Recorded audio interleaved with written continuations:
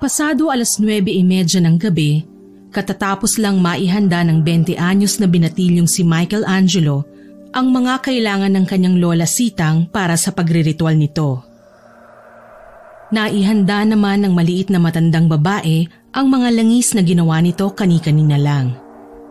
Ang maglolang pamulaklakin ay nagtitinda ng iba't ibang uri ng langis sa tapat mismo ng simbahan sa poblasyon. Dahil may kaalaman sa paggamit ng itim na salamangkang matandang babae, kaya naman maraming nagpapatunay kung gaano kabisa ang mga langis na binebenta nila. Nakapagpapagaling ito katulad ng sakit sa tiyan, sakit ng katawan, at kung ano-ano pang mild na mga karamdaman. Bukod doon ay may sikretong langis din silang ibinebenta na iilang tao lang ang nakakaalam kung para saan ang mga ito. At dahil bata pa lang ay namulat na sa mga ganitong bagay, kaya sanay na sanay si Michelangelo sa tuwing nagaganap ang ritual ni Lola Sitang. Apo, sige na. At iwan mo na yan dyan. Ako nang bahala. Sige po, Lola. Sakto at tapos na rin naman po ako dito. Pero gusto ko po sana kayong panoorin sa ritual eh. Magpahinga ka na muna. Marami pa namang gabi. Marami tayong nabenta ngayon at kitang-kita ko sa mga mata mo ang pagod.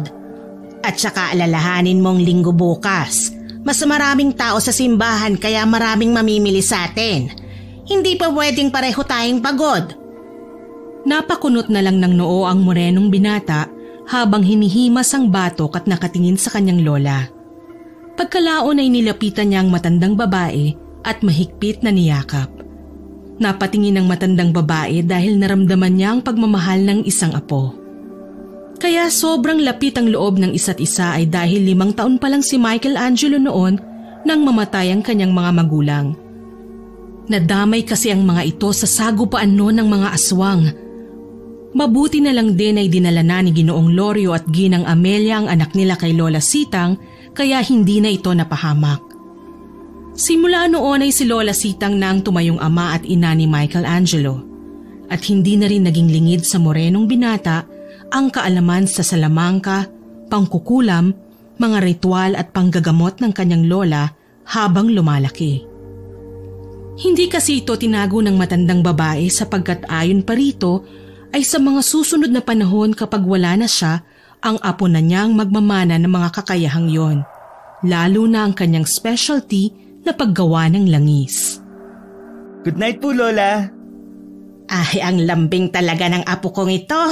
Sige na at magpahinga ka na. Pagkatapos ng pag-uusap na yon, ay lumabas na ang morenong binata sa basement at nagpahinga katulad ng bilin ng kanyang lola.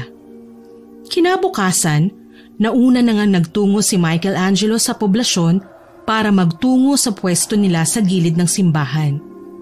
Minsan pa naman kasi ay may mga pasaway din na vendor na kahit alam nilang may nakapwesto na ay inaagawan pa rin sila. Dahil sa medyo napuyat ang kanyang Lola Sitang, kaya hinayaan niya muna itong makapagpahinga pa. Siya na kaagad ang lumarga, dala ang mga ipinagmamalaki nilang langis na talaga namang mabisang mabisa. Pagkatapos ng unang misa ay dinagsa kaagad siya ng mga ilang probinsyanong mamimili, kaya mabilis na naubos ang unang batch ng mga langis. Maya-maya habang naghihintay na matapos ang pangalawang misa, ay nagmasid-masid muna siya sa paligid hanggang sa makakita siya ng mga badyaw na nanlilimos sa mga taong dumaraan. May mga nasaksihan siyang hindi kaaya-aya, katulad ng pantataboy at panlalait sa mga badyaw, kaya napailing na lang siya habang bumubulong sa sarili. Mga tao nga naman talaga. O pwede namang i-ignore na lang yung mga namamalimos pero bakit kailangan pa nilang kutyain at pagtawanan? Partida, papasok pa sa simbahan ng mga yan para magdasal at makinig sa misa. Pero hindi naman nai-apply ang pagiging relihiyoso sa buhay. Dismayado niyang pinagmasdan ng isang ale na tila tinuturuan pa ang anak nito na gumawa ng hindi magandang pakikitungo sa isang nanlilimos. Pagsapit ng tanghali ay umuwi muna ang morenong binata dahil bukod sa mainit na ay naubos na rin ang lahat ng dala niyang langis. Lah, naubos po kaagad yung 3 bag na dala ko. Mabenta talaga mga langis natin. Aba, Siyempre naman, mabisang mabisa kasi at garantisado ng mga langis natin. Kaya binabalik-balikan talaga ng mga tao. Bakit di po kaya kayo gumawa ng langis na kayang gumumot ng mga malulubhang sakit? Para at least, Lola, makakatulong pa tayo sa mga taong kapuspalad at walang sapat na pera para magpa-admit sa ospital. Alam mo, Apo, pwedeng-pwede naman niyang sinasabi mo. Pero ito ang dapat mong matutunan sa paggamit ng salamangka.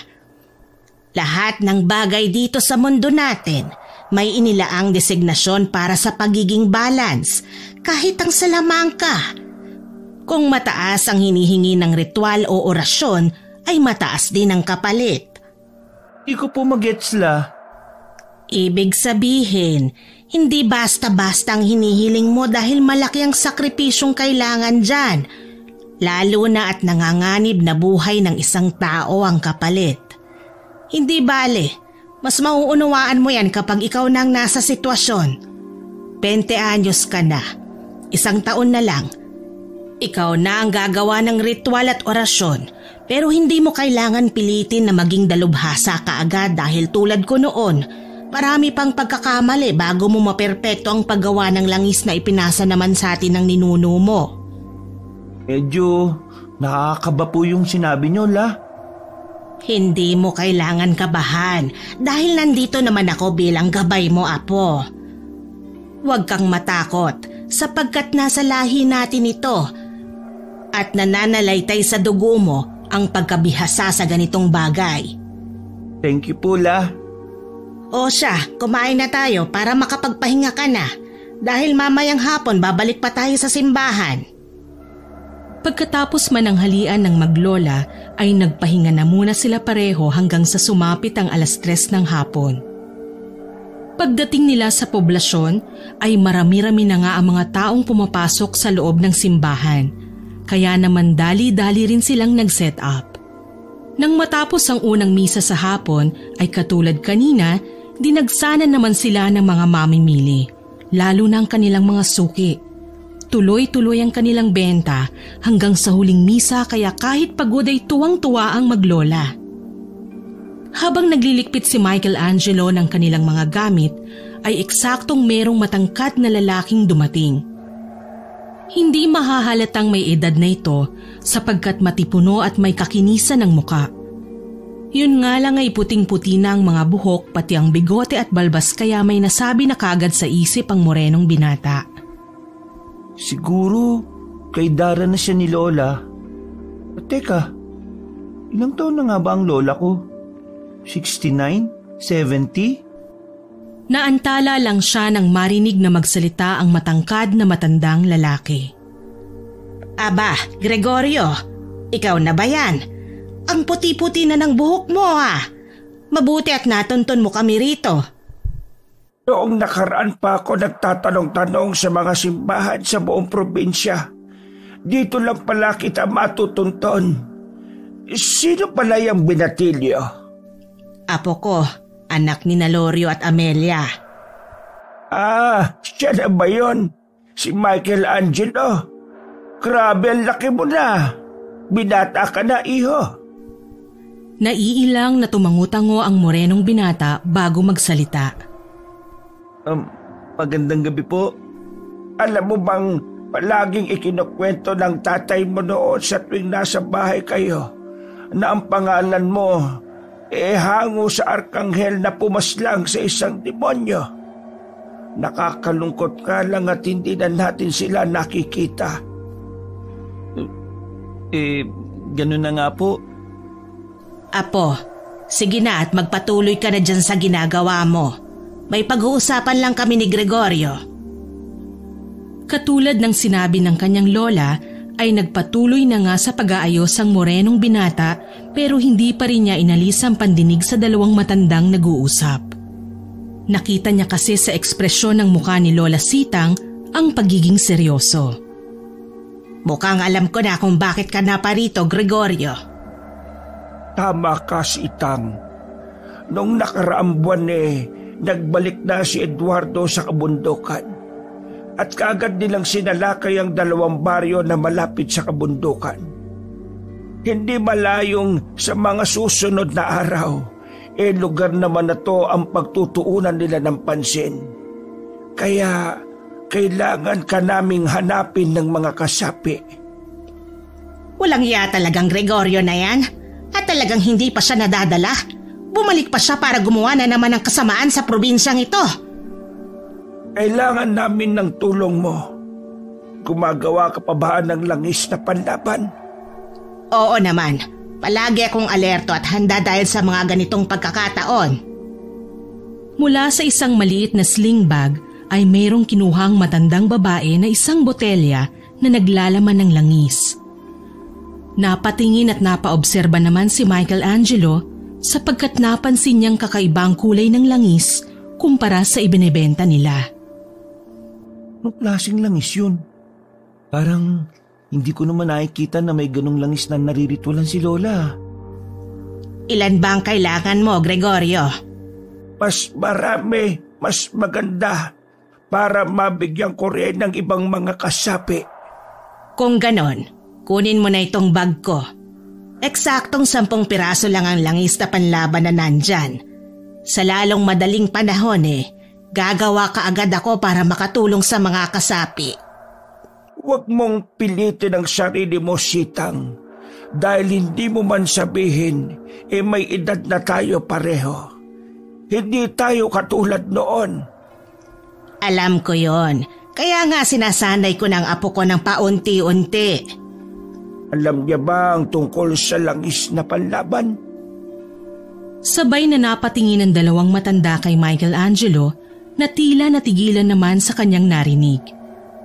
Hindi alam ng morenong binata kung magandang balita ba o hindi ang kanyang narinig, pero isa lang ang sigurado siya.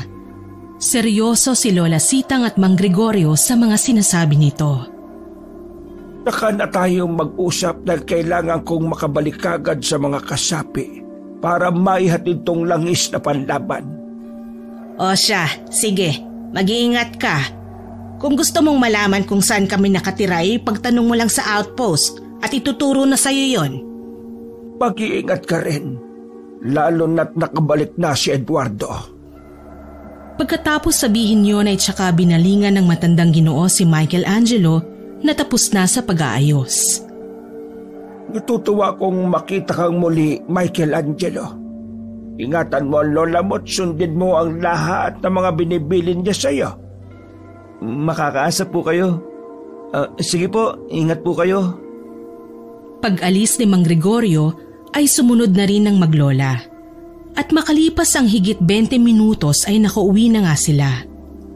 Habang naghahapunan ay wala sa sariling pinagmasdan ng morenong binata ang kanyang lola na tahimik na kumakain. Kanina pa siya nangangating malaman ng tungkol sa mga napag-usapan ng dalawang matanda kanina pero wala naman siyang lakas ng loob na magtanong. Itanong mo na kung anong gusto mong itanong, Apo. Oh? Kanina mo pa ako minamatyagan habang kumakain. Ang pagkain mo dyan halos wala pa yatang kabawas-bawas. Kunot noong napahimas ng batok si Michelangelo habang nakatingin sa matandang babae.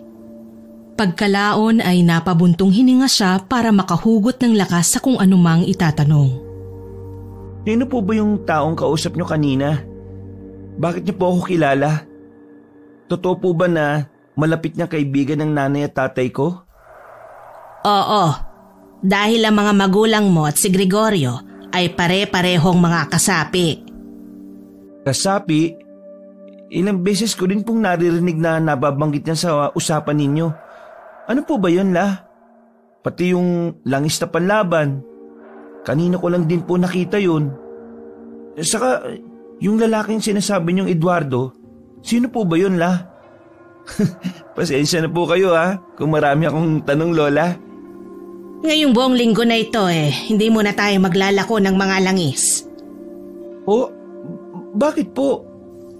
Ngayong darating na Miyerkules ng hating gabi, kabilugan ngayon ng buwan, kung saan parehong makapangyarihan ng liwanag at kadiliman. Mas marami akong magagawang langis na panlaban na magagamit ng mga kasapi. Doon ko sasabihin sa iyo ang lahat. Kaya maghanda ka, Apo.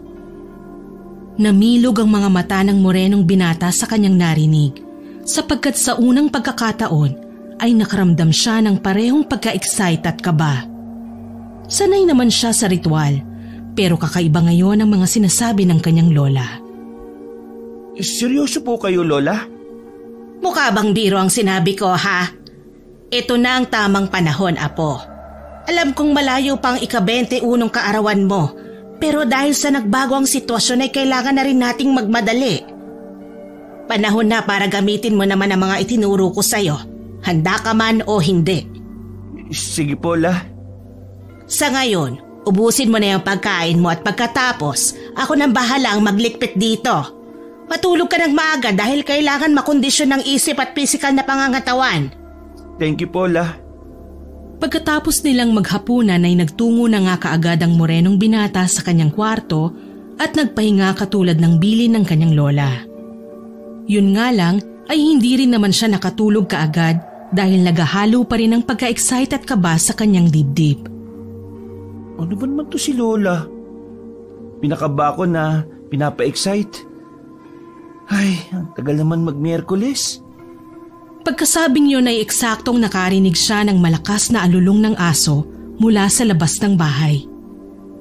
Dahil doon ay napasilip siya sa bintana at hinanap ng mga mata ang pinanggagalingan ng alulong. Dahil din tuloy doon ay nahagip ng paningin niya si Lola Sitang na nagsasaboy ng asin sa tapat ng gate nilang gawa sa kawayan. Bukod sa pagsasaboy ng asin, ay nakita niya rin na ibinaligtad ng kanyang lola ang walis tingting at iniwan ito mismo sa tapat ng nakasarang gate. Lumabas tuloy ulit siya sa kwarto at eksaktong naabutan niya ang matandang babae na kapapasok lang sa loob ng bahay. La, bakit po kayo lumabas? Isara mo at ikandado ang bintana sa kwarto mo. Bakit po? Narinig mo naman siguro ang alulong ng aso kanina. Ngayon na lang ulit nangyari ang ganyan dito sa baryo natin. Ibig sabihin, may nagbabadyang panganib dahil ang pag-alulong ng aso ay sumisimbolo sa pag-imbita ng kamatayan sa isang lugar. Alam ko naman po yung tungkol sa pamahiin na yun, Lola.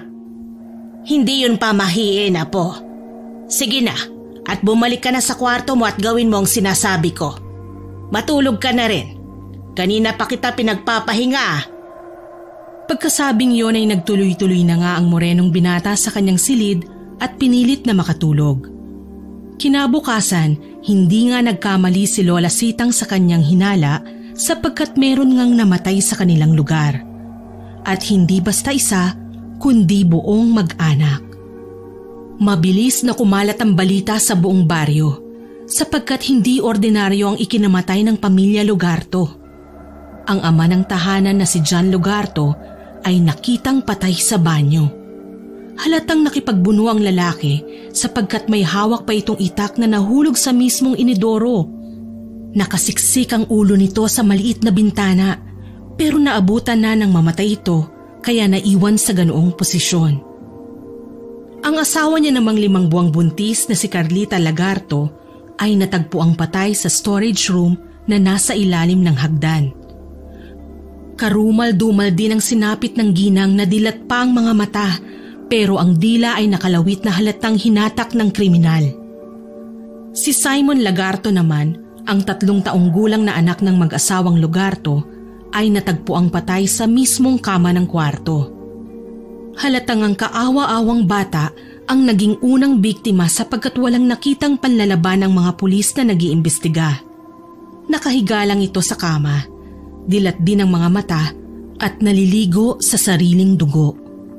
Ayon pa sa mga konsehal ng baryo na si Ginoong Lucas ay halos maligo ng dugo ang tahanan ng Lagarto. At ang pinakamasaklap ay pare-pareho ang itsura ng buong mag-anak. Wakwak ang mga tiyan at puno ng kalmot ang mga mukha. Kalmot na halatang hindi gawa ng normal na hayop. Nang mabalitaan yun ng maglola ay kaagad nga rin silang nagtungo sa lugar ng pinangyarihan. Pero hindi naman nila nakita ang mga biktima. Bukod kasi sa maraming tao ay naglagay din ng restriksyon ng kapulisang nandoon. Lola, tama nga po yung sinasabi mo kagabi. Simula pa lang ito, Apo. Kaya ako na ang nagsasabi sa'yo. Maging handa ka. Opo, La. Pagkatapos nilang mag-usap ay pansamantalang nagpaalam kay Michelangelo ang kanyang lola. Meron lang daw itong katatagpuing kakilala na hindi na niya tinanong kung sino. Habang naglalakad pa uwi ng bahay ay meron siyang nakasalubong na isang matangkad na lalaki. Maskulado ang pangangatawan nito at dahil nakasando lang kaya kitang-kita niyang malaking peklat sa mga braso nito na meron din sa bandang balikat.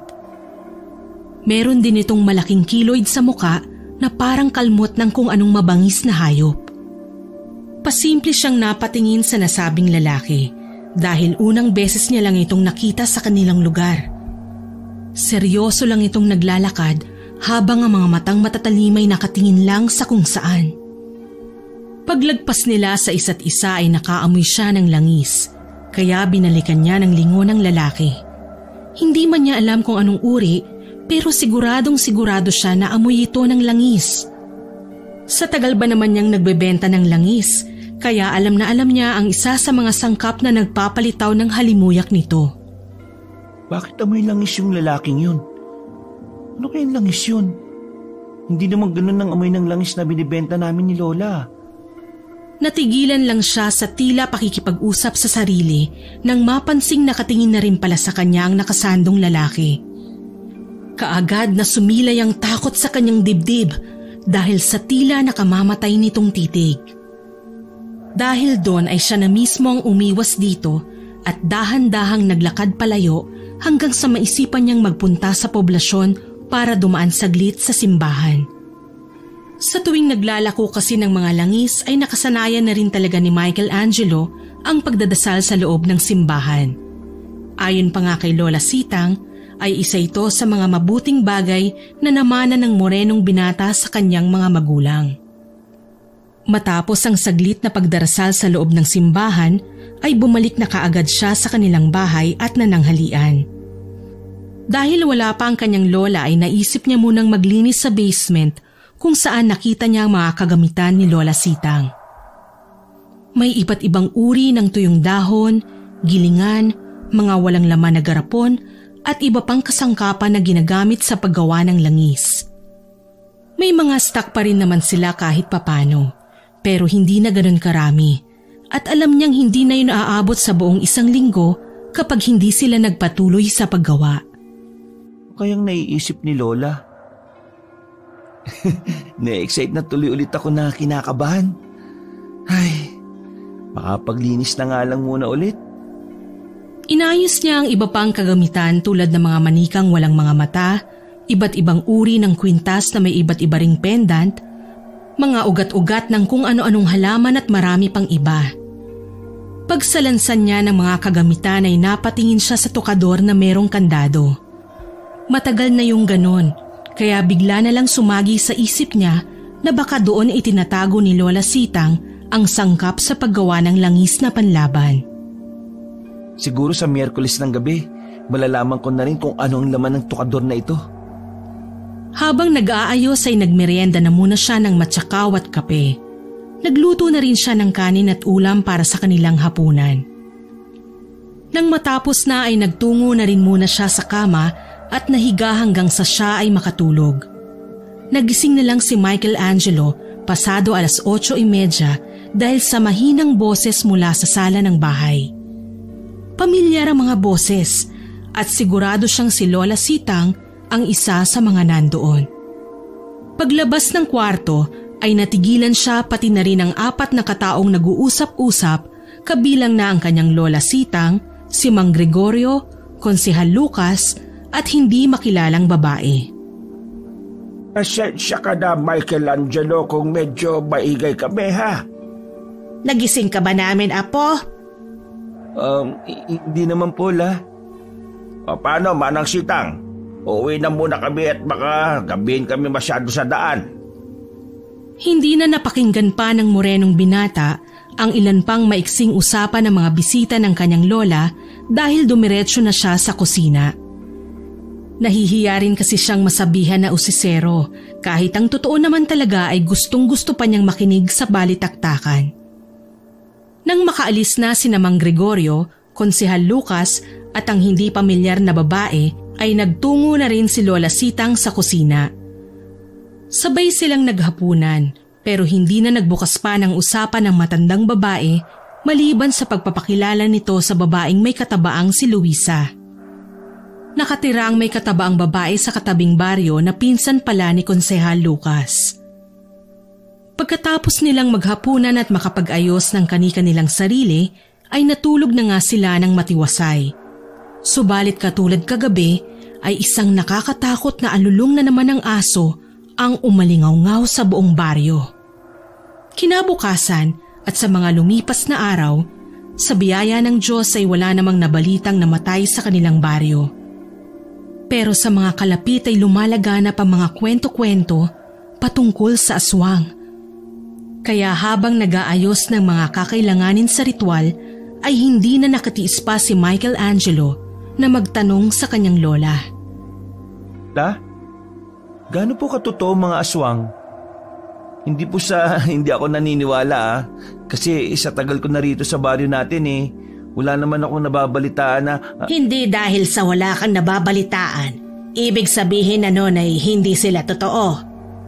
Panahon pa ng mga ninuno natin meron ng mga aswang apo. Talaga po, La? Mamaya ako ikukwento sa'yo. Umakyat ka na muna at kumain dun sa itaas. Alam kong hindi ka pa naghapunan. Na-excite po kasi ako na kinakabahan.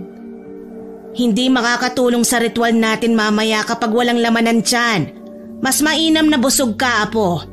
Kaya bilisan mo na habang wala pang 10:00. Pagkatango at pag-akyat ni Michelangelo sa kanilang bahay mula sa basement, ay kumain kaagad siya ng hapunan. Pagkatapos noon ay nagready na siya ng kanyang sarili para sa hindi lang pagsama kundi pagganap na rin sa ritual. Habang naliligo ay napapaisip pa ang morenong binata tungkol sa sinabi ng kanyang lola, patungkol sa mga aswang. Hindi dahil sa wala kang nababalitaan, ibig sabihin na noon ay hindi sila totoo. Panahon pa ng mga ninuno natin meron ng mga aswang, apo. Gaano nga kaya yung katotoo? Hindi niya tuloy alam kung ano ang mararamdaman, kaya in-enjoy na lang niya ang pagligo.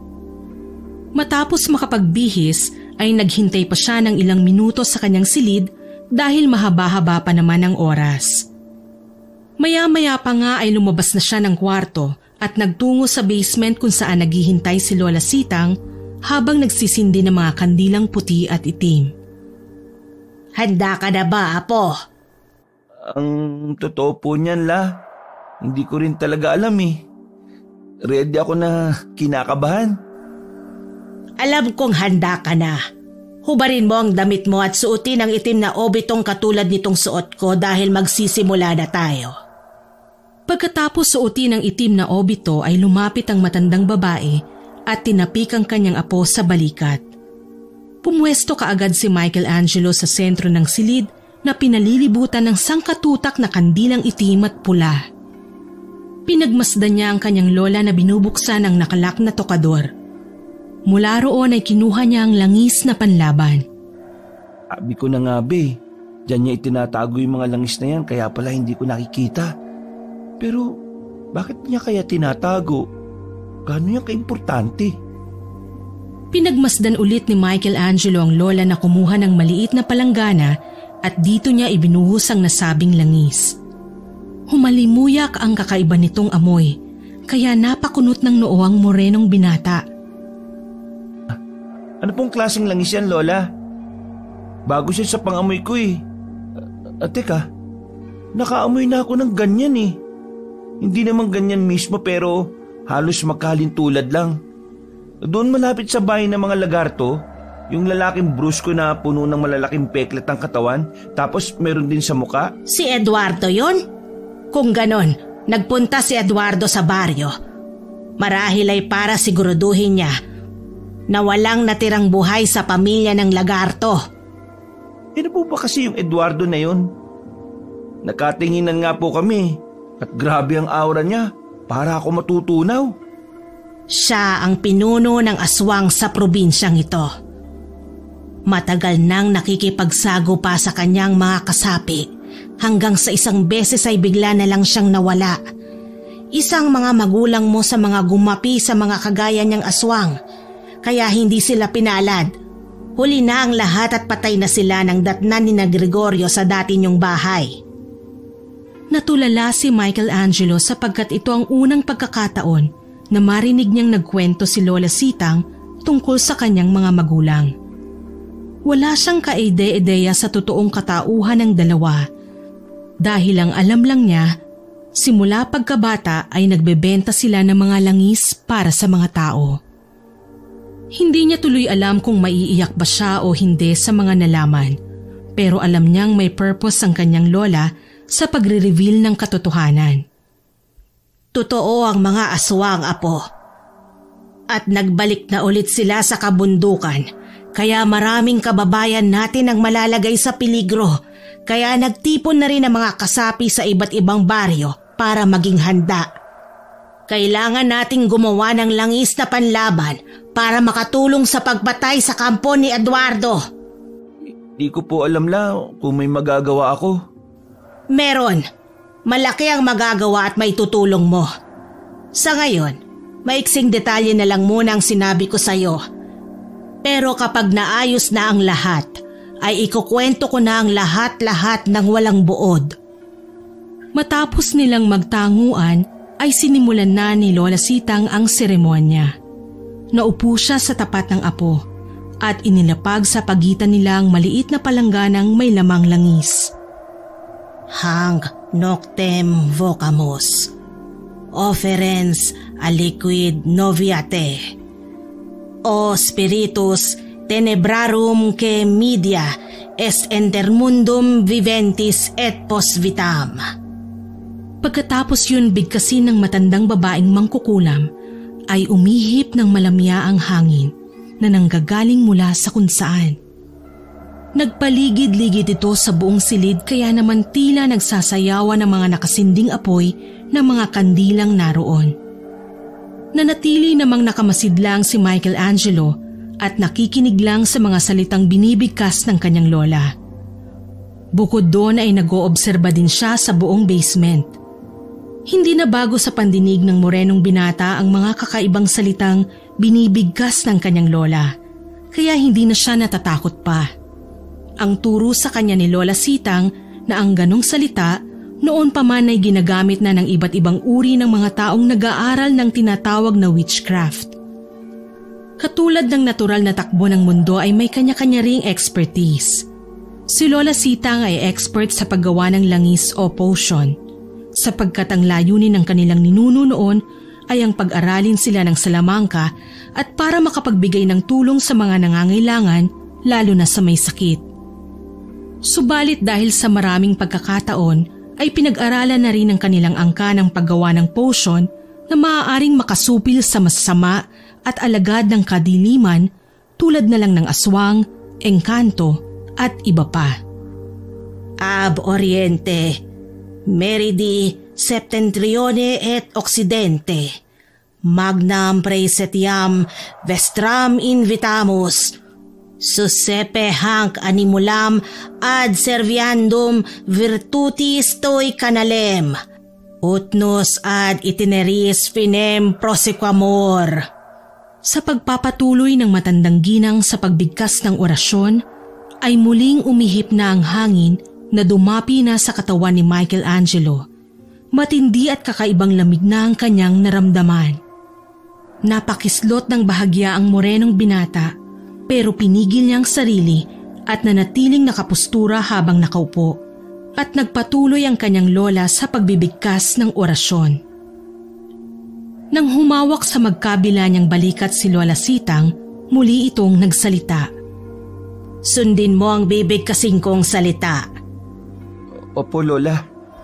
Magnam praesentiam vestram invitamus, hanc noctem vocamus. Magnam praesentiam vestram invitamus, hanc noctem vocamus. Susepe hanc animulan ad serviendum virtutis tui canalem, offerens aliquid noviate. Pepe hanc animulam ad serviendum virtutis tuae canalem offerens aliquid nove ate. Quae media est intermundum viventis et post vitam, septentrione et occidente, ab oriente meridi, ut nos ad itineris finem prosequamur. Quae media est inter mundum viventis et post vitam, septentrione et occidente, ab oriente meridi, ut nos ad itineris finem prosequamur. Kasabay ng pagsabi ng mga orasyon ay marahan ding ibinubuhos ni Lola Sitang sa apo ang langis na may kakaibang halimuyak. At nang matapos na, ilang saglit pa ay umihip na naman ng malakas ang hangin. Tila inalo nito ang mga kandilang nakasindi at isa-isa yung namatay na kalaunan ay isa-isa ring sumindi ulit. Nagpatuloy sa pagbigkas ng orasyon ng maglola hanggang sa maubos na ang langis sa maliit na palanggana. Nunc fili potestatem transeo ad te, potentia et utere ad bonum. Nunc fili potestatem transeo ad te. Pagkatapos noon ay sabay silang tumayo at pikit matang naghawak ng mga kamay. Ang langis na panlaban ay simbolo ng ating angkan. Tanggapin mo, Apo, ang talentong pinapasa ko sa iyo. Sa ngalan ng ating mga ninuno, ay inihahandog sa iyo ng kalikasan ng kapangyarihan. Gamitin mo ito sa tama at sa alam mong makabubuti. Gampanan mo ng maayos ang sinumpaang tungkulin na katulad ng ginagawa ko hanggang ngayon. Potentia et utere ad bonum. Nunc fili potestatem transeo ad te, potentia et utere ad bonum. Sa ngalan ng ating mga ninuno at sa langis na panlaban na simbolo ng ating angkan, ay tinatanggap ko ang talent at kapangyarihan. Potentia et utere ad bonum. Nunc fili potentatem transeo ad te, potentia et utere ad bonum. Pagkatapos ng ritual ay itinuro na nga ni Lola Sitang ang tamang paggawa ng langis na panlaban sa aswang.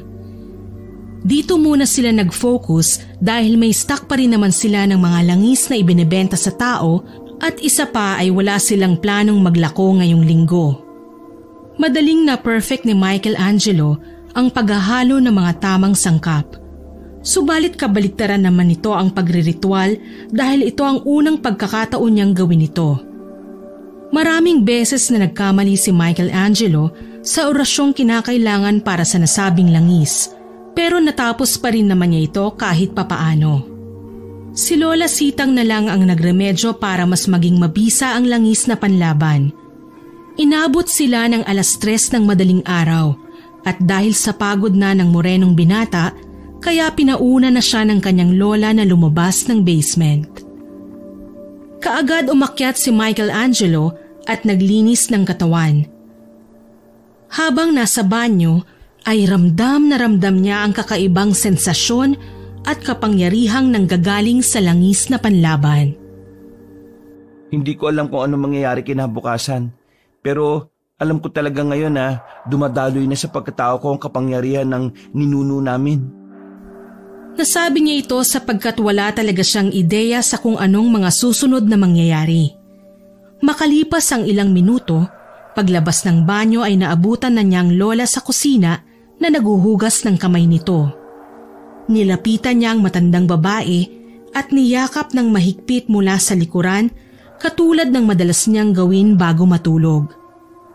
Good night na po, Lola. Thank you po ulit. Good night din, apo ko. Matulog ka na at magpahinga. Kayo rin po.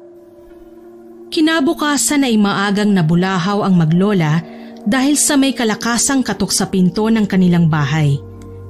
Pasado 7:00 pa lang at antok na antok pa talaga si Michelangelo dahil halos mag-aalas 4 na siya ng madaling araw nakatulog dahil sa kaiisip. Pagdungaw ng morenong binata sa bintana ay naabutan na niya si Lola Sitang nakausap sina Konsehal Lucas at ang pinsan nitong si Aling Luisa. Aga naman nilang magpunta rito. Ano kaya meron? Habang napapakamot ng ulo ay hindi naman nagdalawang isip ang kanyang lola. Pinapasok nito sa loob ng bahay ang magpinsan para kausapin ang masinsinan. Dahil doon ay lumabas naman ang silid ang morenong binata para makinig sa usapan ng tatlo. Anong maipaglilingkod ko sa inyo, Konsehal at Luisa? Magandang umaga, Manang Sitang. Pasensya na kung maaga kaming nang abala ha. Yung kasi ang bilin sa amin ni Mang Gregorio kapag merong nangyaring hindi kaaya-aya.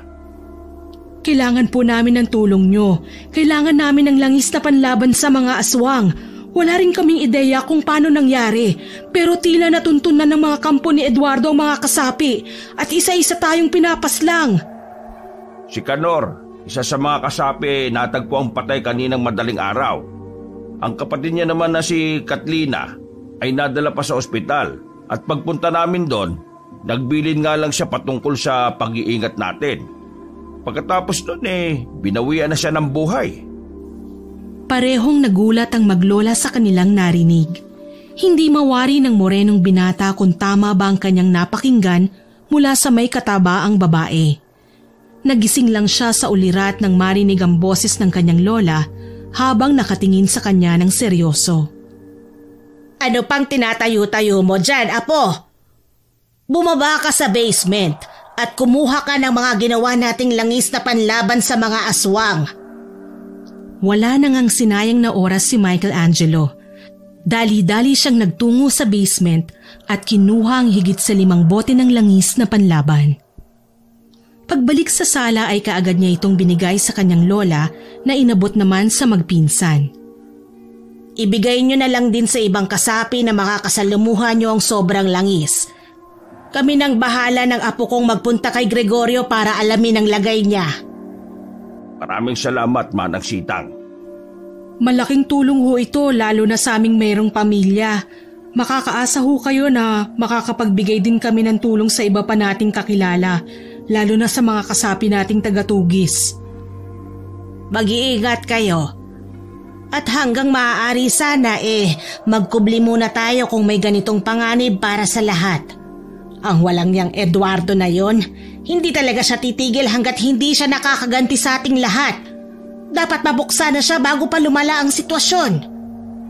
Pagkatapos magkaintindihan, pag-alis ng magpinsan ay kaagad din nag-asikaso ang maglola.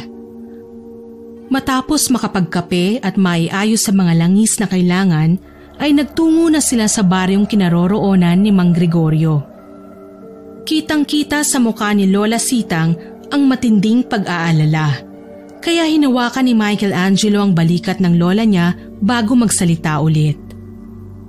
Lola, huwag po kayo mag-alala. Dahil sigurado kong okay lang si Mang Gregorio. Kitang-kita naman sa itsura niya at pangangatawan na malakas siya. Hindi lang naman ako sa kanya nag-aalala, Apo. Sa iba pang kasapi na tinutugis ng mga kampo ng hayop na Eduardo na yon. Huwag po kayo mag-alala dahil makakatulong niyo po ako sa paggawa ng mga langis na panlaban. At mas marami na po tayong magagawa na sigurado makakatulong sa mga kasapi. Hindi na tumugon pa ang matandang babae dahil kumpiyansa rin siya sa kakayahan ng kanyang apo. Maya-maya pa ay narating na nila ang harap ng bahay ni Mang Gregorio. Nagkatinginan na maglola dahil medyo maraming tao, kaya kaagad silang pumasok sa loob na may halong pag-aalala. Nang makita nila sa loob si Mang Gregorio kasama ang isang mag-anak, ay napakunot sila pareho ng noo. Saktong-saktong dating ninyo. Nangangailangan ng tulong ang batang ito. Sa akin sila lumapit dahil wala ng albularyo sa baryo. Dahil sa takot kay Eduardo. At dahil meron ka namang kaalaman sa pangkagamot, Sitang, maaari bang tulungan mo muna ang batang ito? Nang marinig yun ng mag-asawang kasama nila, ay kaagad na nikluhod ang mga ito kay Lola Sitang Kaya wala na rin silang nagawa kundi ang tumulong. Wala na silang sinayang na oras. Dinala nila sa kwarto ang batang nangangailangan ng tulong na kinilalang si Junior. Tumitirik na ang mga mata nito at bumubula na rin ang bibig na parang kinukumbulsyon, kaya lalong nag-alala at naiyak ang mga magulang ni Junior. Huwag kayong mag-alala dahil mahusay na magagamot si Sitang. Sigurado kong mapapagaling niya kaagad si Junior. Magmadali tayo. Gregorio, kumuha ka ng maliit na palanggana at pakilagyan na rin ito ng maligamgam na tubig. Ikaw naman, Apo, pagmasdan mo ang gagawin ko dahil kailangan mo rin ito pagdating ng panahon. At kayong mga magulang nitong bata, lumabas muna kayo ng kwarto. Huwag kayong mag-alala.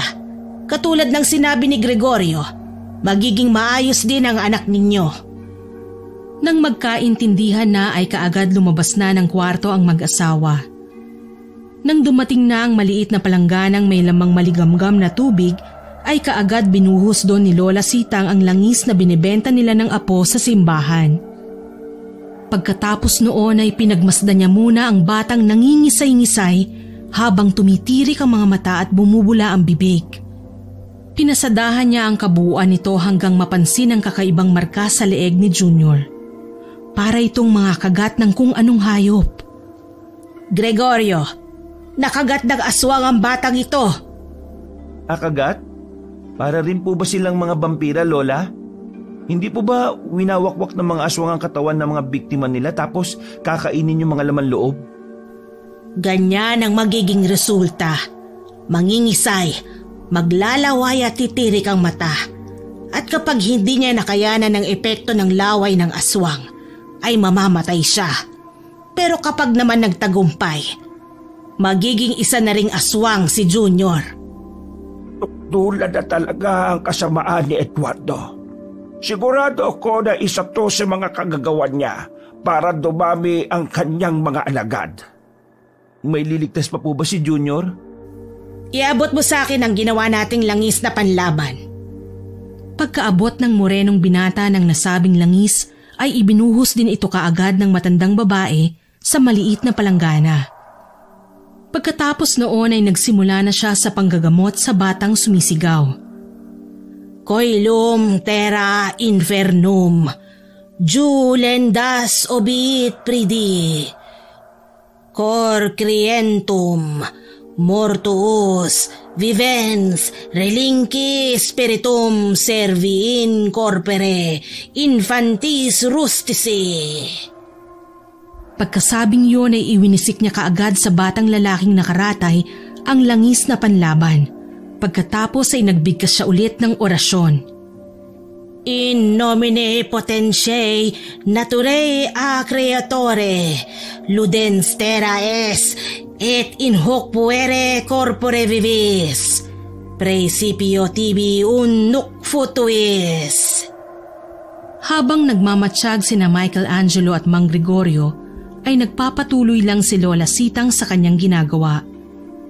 Makailang beses niya ulit binigkas ang orasyon hanggang sa tila maghurumentado na si Junior na patuloy pa rin sa pangingisay na para bang bulating binudburan ng asin. Hindi pa rin natapos ang lahat. Hinawakan ng matandang babae ng mahigpit sa magkabilang kamay si Junior.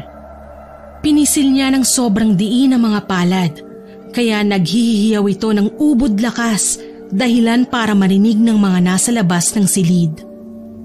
Napalingon sina Michelangelo at Mang Gregorio sa pintuan dahil narinig nila kung paano mag-iyakan ng mga magulang ng kaawa-awang bata. Sa ngalan ng kapangyarihan ng kalikasan na ipinagkaloob ng manlilikha, sa bisa ng langis na panlaban sa kasamaan, iwinawaksi ko ang yangaw sa katawan ng batang ito. Habang nangingisay ay kitang-kita nilang lahat na ang bulang lumalabas sa bibig ni Junior ay naging kulay itim. Kasabay noon ay unti-unting nawala ang marka ng kagat sa leeg nito. Kaagad pinunasan ni Lola Sitang ang bibig ng batang lalaki at pagkatapos ay muli niya itong winisika ng langis na panlaban bago ulitin ang huli niyang sinabi.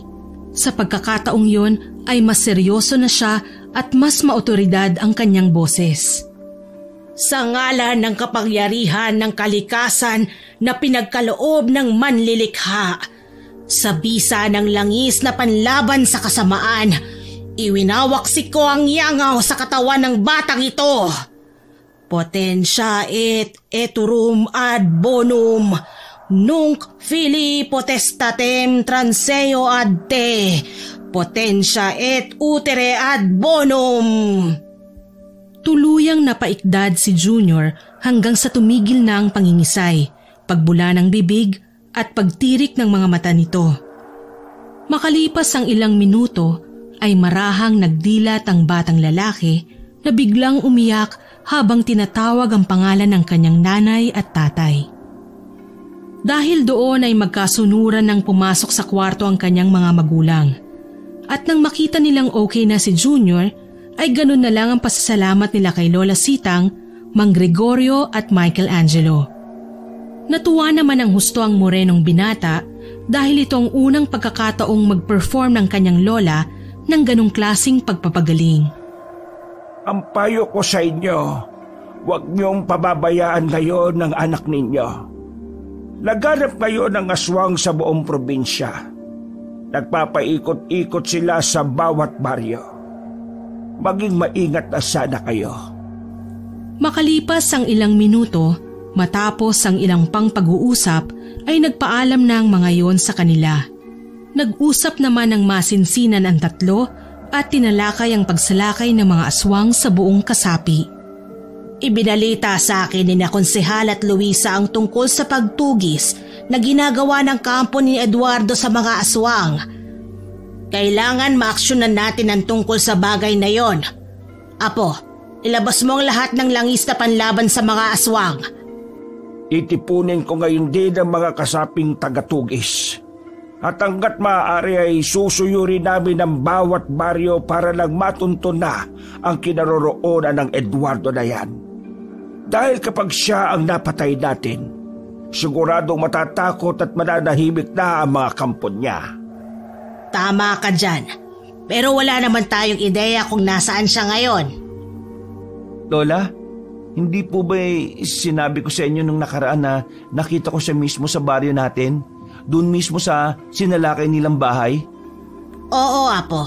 Pero hindi sapat na basihan yon. Ayaw ko bang sabihin to pero kailangan ka namin, Sitang. Kailangan mong sumama sa pagtugis na gagawin namin. Teka, Mang Gregorio, bakit po kailangan ng lola ko? Hindi po ba nagbigay na kami sa inyo ng mga langis sa panlaban? Dahil merong kakayahan sa kapangyarihang itim si Sitang. Katulad noon ay kailangan namin siya. Hindi lang sa paggawa ng mga langis kundi para na rin mabilis na matunton ang pinagtataguan ng hayop na Eduardo na yon. May edad na po ang lola ko Baka mapahamak siya, lalo na't mga aswang ang kalaban. Apo, wag mo kong alalahanin. Kayang-kaya ko pa ang sarili ko. Alam kong matanda na ako pero may lakas pa ako para makipagtugisan. Tama ka, Gregorio. Sasama ako. Ngayon na ngayon din. Pero Lola... Hindi ako nag-aalala dahil alam kong naipasa ko na sa iyong talento at kakayahan ng ating angkan. Huwag mong malitin ang lola mo, Michelangelo. Dahil mas malakas pa sa akin yan, lalo na sa pakikipagpambuno sa mga hindi pangkaraniwan. Umuwi ka na muna sa atin, Apo. Gumawa ka ng langis na panlaban pati na rin ang mga langis na ibebenta natin. At ibenta mo ang mga ito sapagkat maraming mga ngailangan ng langis natin sa oras na ito. Sa ganitong paraan ay matutulungan natin ang mga tao sa ating lugar. Labagman sa kalooban ay sinunod na lang ni Michelangelo ang gusto ng kanyang lola. Umuwi nga siya sa kanilang bahay at gumawa ng maraming langis na panlaban sa aswang, pati ng langis na madalas nilang ibenta. Araw-araw niya itong nilalako at nang sumapit ang araw ng Sabado at Linggo ay pumupwesto naman siya sa tabi ng simbahan kung saan mabibili pa rin ang kanilang paninda. Higit 1 linggo na siyang walang balita kay Lola Sitang at sa iba pa. Kaya naman nag-aalala na rin siya ng husto lalo na at dumadalas ang nababalita na patayan na itinuturing na merong kinalaman ang mga aswang. Muling sumapit ang linggo, kung saan ay 2 linggo nang walang paramdam ang kanyang lola. Hindi na tinapos ni Michelangelo ang huling misa dahil naubos na kaagad ang paninda niyang langis. Umuwi kaagad siya ng bahay para gumawa ng langis na panlaban sa mga aswang, hanggang sa nagulat siya nang dumalaw ang magpinsang Konsehal Lucas at Aling Luisa. Magandang gabi po, Konsehal Lucas at Aling Luisa. Napadalo po ba kayo dahil kailangan niyo po ulit ng langis na panlaban? Pasok po muna kayo at sabayan niyo po ako sa pagkain. Nako, hindi na Michelangelo. Dahil nagkapunan naman na kami.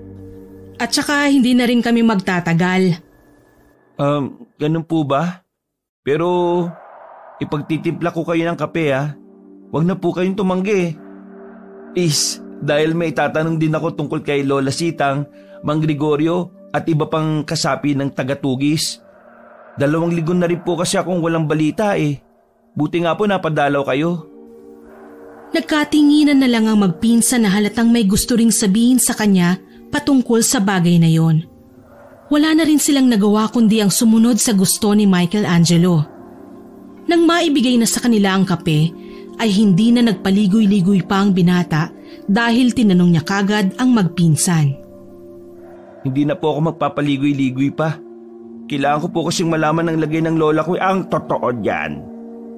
Yun din talaga ang sinadya namin ni Luisa kaya kami nagpunta rito. Ay, salamat naman po sa Diyos, Konsehal. Ano po bang balita? Excited na ako marinig kung anong mensahe ni Lola. Natigilan na sa pagsasalita si Michelangelo sapagkat nakita niyang yumukod ang mga kausap niya, kaya nakaramdam siya kaagad ng hindi maganda. Konsehal, ano pong nangyari sa lola ko? Bakit po ganyan ang mukha niyo? Aling Luisa, please po, magsalita kayo. Nasa po ang lola ko ngayon? Hindi ko alam kung paano ko sasabihin sa iyo ito. Michelangelo, ang Lola Sitang mo, wala na siya. Nagbibiro lang po kayo, di ba, Konsehal? Aling Luisa? Sabay na napailing ang magpinsan, kaya namilog ang mga mata ni Michelangelo habang nakatingin sa dalawa. Para rin siyang nalunod sa malalim na ilog sapagkat para siyang nabingi sa hindi kapani-paniwalang balitang yon. Hindi rin namin alam ang eksaktong nangyari pero totoo ang sinasabi namin ni Luisa at hindi ito biro. Wala na si Manang Sitang. Paano po nangyari yun? Paano po namatay ang lola ko? Ang sabi ni Mang Gregorio, tinambangan daw sila ng mga aswang pero nagapi naman nilang mga ito. Subalit sa ikalawang pagkakataon ng pagtambang sa kanila, kasama na mismo ang pinuno ng mga aswang na si Eduardo. Ginawa ni Mang Gregorio ang makakaya niya para mailigtas ang lola mo. Pero pagdating nila sa ospital na parehong duguan, binawian na si Manang Sitang ng buhay. Kung gusto mong marinig ang buong detalye, pwede ka naming samahan na magpunta sa ospital para makausap si Mang Gregorio. Sa ngayon nagtamo rin siya ng matinding tama sa katawan pero ligtas na siya sa panganib. Nasa kaparehong ospital din ang bangkay ng lola mo. Habang pinakikinggan ng morenong binata ang kwento ng may katabaang babae, ay hindi niya alam kung anong mararamdaman. Sobrang nawasak ang puso niya dahil sa masamang balitang yon. Wala na nga silang sinayang na oras. Kahit mapanganib ang gabi, ay nagtungo pa rin sila sa ospital dahil gustong-gusto nang makita ni Michelangelo ang labi ng kanyang lola. Nang nasa morgue na sila, ay kaagad na binuklat ng lalaki ang telang tumatakip sa bangkay ni Lola Sitang.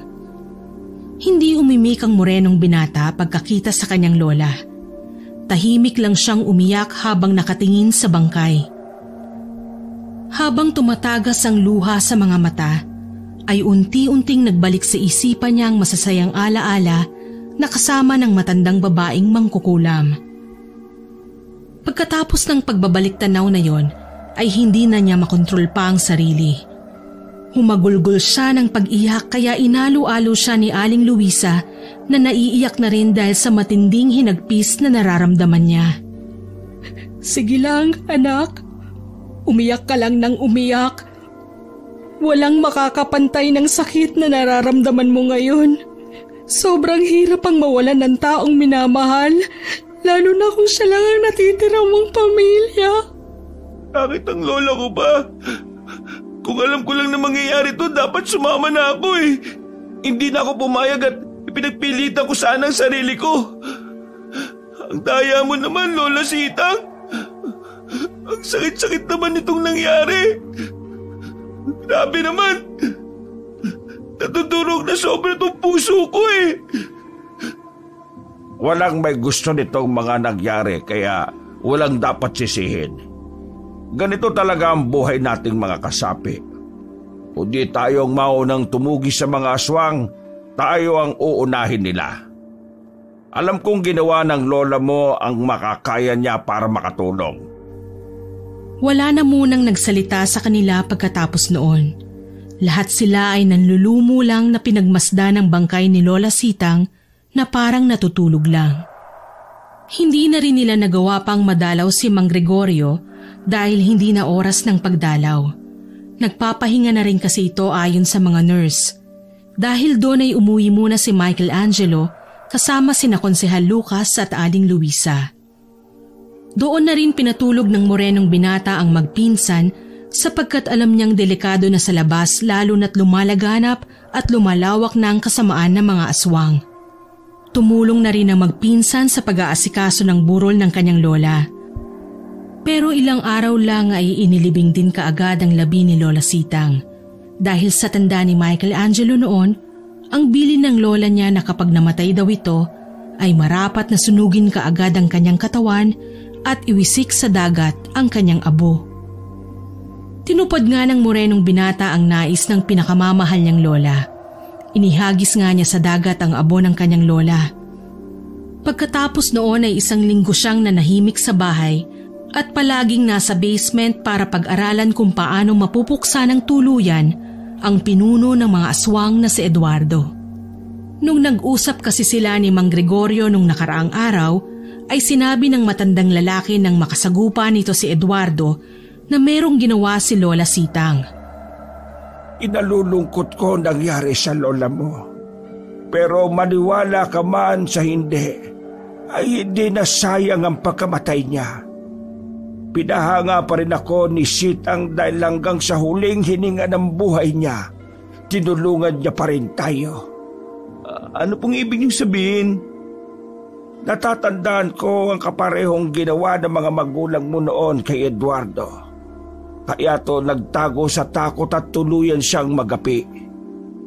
Pareho ring nagbuwis ng buhay ang nanay at tatay mo para sa layunin na yon. At ganun din ang ginawa ngayon ni Sitang. Sigurado kong nanghihina na si Eduardo. Ang kailangan na lang natin ay matuntun siya. Paano po natin gagawin yun? Ikaw na raw ang bahala. Yan ang uling sinabi ni Sitang bago siya mawalan ng buhay. Kung nagtitiwala siya sa iyo hanggang sa huling hininga ng kanyang buhay, ganun din ako, Michelangelo. Naalala mo ba ang sinabi ko sa iyo na palaging kinukwento ng mga magulang mo sa akin patungkol sa pinagmulan ng pangalan mo? May dahilan kung bakit Michelangelo ang pangalan mo. Ikaw ang makakagapi sa demonyo na yon. Matapos maalala ang mga yon ay unti-unting pumatak ang luha ni Michelangelo nang hindi niya namalayan. Dumapa siya sa pinakasentro ng pinaggaganapan ng kanilang ritual at doon niya ibinuhos ang lahat ng bigat ng kalooban na nararamdaman. Sumigaw, umiyak at naglumpasay sa paghihinagpis hanggang sa hindi na rin niya namalayan na siya ay nakatulog ng mahimbing. Naalimpungatan na lang siya nang dumaloy ang isang malamig na presensya sa paligid. Hindi siya nakaramdam ni katiting na takot. dahil alam niya kung kanino nanggagaling ang aura na yon. Walang iba kundi ang presensya ng namayapa niyang lola. Lola, alam kong ikaw yan. Kahit masakit pero tinanggap ko na pong wala ka na. Sa uling pagkakataon po, tulungan mo akong makagapi ng pinuno ng aswang para mawala ng takot ng lahat ng mga tao sa probinsya. Hindi na natapos ng binata ang pagsasalita sapagkat merong puting usok na unti-unting nagtipon sa kanyang harapan hanggang sa mabuo nga nito ang imahe ni Lola Sitang. Lalo tuloy siyang napaiyak pero nang makita niyang nakangiti ang kanyang lola ay sinikap niya ring iwaksi ang kalungkutan. Lola, kailangan po ng tulong niyo. Nanatili lang nakangiti ang kaluluwa ng matandang babae hanggang sa marahan itong lumapit at yumakap sa kanya. Damang-dama ng binata ang napakalamig na presensya na ang kasunod ay bigla na lang unti-unting nagsiksika ng mga alaala na alam niyang hindi sa kanya. Kasama na roon ang alaala ng mga magulang kung paano nila ginapi noon si Eduardo. Dahil sa sobrang daming alaala na nagsiksikan sa kanyang utak, ay tila nakarinig ng nakabibinging ugong si Michelangelo. Hanggang sa para na siyang nasilaw dahil sa puting usok na bumabalot sa kanyang kalagitnaan. Sa sobrang tindi ng mga pangyayari ay nawalan siya ng malay. Nang magising ay dali-dali nga siyang lumabas ng basement at nagtungo sa bahay ni Konsehal Lucas na eksaktong nandun din si Aling Luisa. Nagpasama siya sa mga ito sa bahay ni Mang Gregorio sapagkat may importante siyang sasabihin. Makalipas lang ang ilang oras, nang magkakasama na sila ay nag-request pa ang binata na ipatawag din ang mga natitira pang kasapi na tagatugis ng mga aswang. Nang makumpleto na ang mga tao ay tsaka siya humugot ng malalim na hininga bago matapang na nagsalita. Alam ko na kung nasaan matatagpuan si Eduardo. Gumawa na rin po ako ng mas mataas na antas ng langis na panlaban. Napakagandang balita niyan, Michelangelo. Nasaan sila nagkukubli ngayon? Sa maniwala po kayo o hindi sa sasabihin ko, nagkukubli ngayon ang mga aswang sa iba't ibang simbahan ng probinsya. At si Eduardo, ang pinuno ng mga aswang, ay sa poblasyon namin nagkukubli. Minsan ko na siyang nakita sa baryo kaya nakakasiguro ako. Hindi sa pinagdududahan kita, pero paano mo naman nalaman ng mga ito? Oo nga anak, gusto naming malinawan para maintindihan naming lahat na nandito. Pinagmasdan munang mabuti ng morenong binata ang mga kausap niya at pagkatapos ulit ng malalim na buntong hininga ay tsaka siya ulit nagsalita. Habang nag-aaral ako ng ritual kagabi, ay nakatulog ako ng mahimbing. Nagising ako't nagpakita si Lola Sitang. Ipinakita niya sa akin ang lahat ng mga alaala, pati mga yumao kong magulang. Ang nanay at tatay ko ang nakadiskubre na karamihan sa mga pari sa probinsya ay mga kampo ni Eduardo. Nang pansamantalang nawala ang pinuno ng mga aswang dahil sa ginawa ng mga magulang ko, ay nagkubli rin sa dilim ang mga paring aswang. Pero ngayon nagbalik na siya at nagpalakas ulit. Iisa-isainan nila ang simbahan hanggang sa pati ang mga baryo. At sunod ay buong probinsya na. Kung ganon ano pang ginagawa natin dito? Sugurin na natin si Eduardo. Alam kong nangihina na naman siya ngayon dahil sa ginawa ni Sitang sa kanya. Kunin niyo po itong mas pinataas na antas ng langis na panlaban sa mga aswang. Siguradong hindi uubra ang lakas ni Eduardo dito. Matapos nilang makapaghanda, lahat ay wala nang ang sinayang na oras. Kaagad nilang sinugod ang simbahan ng poblasyon. Subalit ang naabutan na lang nila roon ay ang paring hinihinala na isangang aswang. Nang iwinisik ni Mang Gregorio ang langis sa muka ng nasabing pari, ay agad na naagnas ang muka nito at naglumpasay sa sahig hanggang sa mawalan ng buhay. Ganun na lang ang gulat nilang lahat sapagkat tila asido ang epekto ng makabagong langis sa mga aswang. Abe, ang tindi ng epekto nito Ang husay mo, Michelangelo. Maraming salamat po, pero hindi pa po itong oras para magpakasaya tayo. Marahil ay lumipat na sa simbahan si Eduardo kaya kailangan natin magmadali. Ganun na nga ang ginawa nilang lahat. Bawat simbahan sa buong probinsya ay nilibot nila. Subalit wala silang nakitang pinuno ng aswang. Nasupil nila ang mga aswang na nagkukubli sa pagiging pari, pero natakasan na naman sila ng pinuno ng mga ito. Mukhang babalik pa ang hayop na Eduardo na yon. Kaya sinisiguro ko na sa susunod na aming pagkikita, hindi ko na siya pakakawalan pa. Papatay ko siya gamit mismo ang kamay ko. Ipinapangako ko po na ako ang magiging kaagapay ng mga kasapi. Tutulong ako katulad ng pagtulong na ginawa ng aking mga magulang at ng aking lola. Ako rin. At ako man din. Pare-parehong nangako ang mga kasapi at kahit hindi pa nila natunto ng pinuno ng mga aswang ay maganda naman ang naging resulta ng kanilang ginawa dahil nasiwalat ang mga aswang na nagkukubli sa simbahan. Bumalik nga ang pansamantalang katahimikan sa buong probinsya kaya kahit papano ay nakampante na ang mga tao. At kahit wala na nga si Lola Sitang ay pinagpatuloy pa rin ni Michelangelo ang pagtitinda ng langis sa tabi ng simbahan. Alam niya kasing sa ganitong paraan ay makakatulong siya sa mga taong kapuspalad lalo na sa mga may iniindang karamdaman. Naging tanyag din ng morenong binata sa kanilang baryo at kinilala siya sa husay niya sa panggagamot, lalo na ng mga naingkanto, nanuno, na maligno at kung ano-ano pang mga bagay na hindi pangkaraniwan.